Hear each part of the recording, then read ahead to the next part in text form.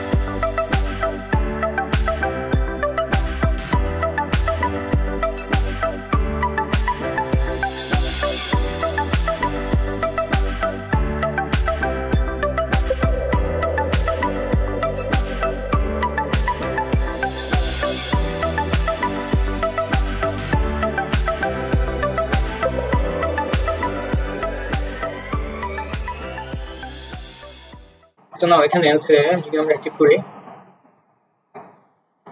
Main পাওয়ার, তারপর যদি আমরা ফার্স্ট রিলেকে ধরেন আমরা আগে টেস্টিং পারপাস দেখি যে যদি আমরা একদম লাস্ট রিলেটা কাউন্ট করি মানে হচ্ছে না, থার্ড হচ্ছে না, সেকেন্ড হচ্ছে না।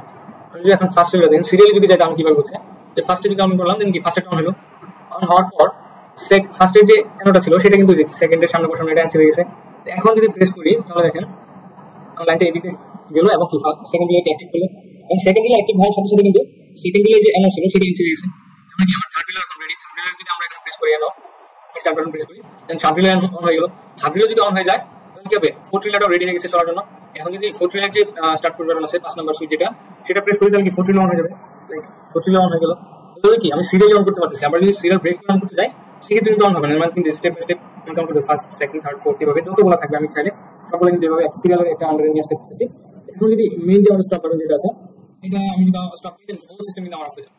হ্যাঁ, আমি স্টপ বাটন প্রেস করলাম সাথে সাথে কি ফার্স্ট রিলেটা এদিক দিয়ে ফার্স্ট রিলেটা ল্যাচিং ব্রেক হয়ে গেল। ফার্স্ট রিলে যদি অফ হয়ে যায় তাহলে সেকেন্ড রিলে এটা কিন্তু চলবে না। তারপরে আপনার সেকেন্ড যদি অফ হয়ে যায় তাহলে কি থার্ড চলবে না। এভাবে কিন্তু এটা এভাবে হচ্ছে না।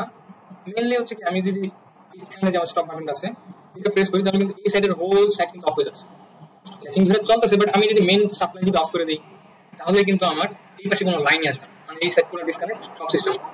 ঠিক আছে, মানে এটা হচ্ছে কি আমরা পুরো সিস্টেমের জন্য একটা মাত্র স্টপ পুশ বাটন রাখছি। আবার যদি আপনি পার্টিকুলারলি একটা ম্যাগনেটিক কন্ট্যাক্ট যদি একবার অন হয়ে যায় ওইটাকে নিজস্ব স্টপ বাটন দ্বারা যদি স্টপ করতে চান ওইটা আলাদা বিষয়, ওইটাকেও সিস্টেম করা যাবে। তো ওইটা আমরা নেক্সট ভিডিওতে কোনো সময় ওই টপিকটা নিয়ে আলোচনা করবো। তো আজকের জন্য এতটুকু ছিল, ধন্যবাদ। এখন আমরা হার্ডওয়্যারটা আমরা আপনাদের দেখাবো যে হার্ডওয়্যারে কিভাবে স্টেপ বাই স্টেপ কাজ করতেছে রিলেগুলো। ওইটা আমরা সফটওয়্যার সিমুলেশন করে দেখালাম, এরপর হার্ডওয়্যারটাও দেখাবো। তো আমাদের সাথে থাকবেন, ধন্যবাদ সবাইকে।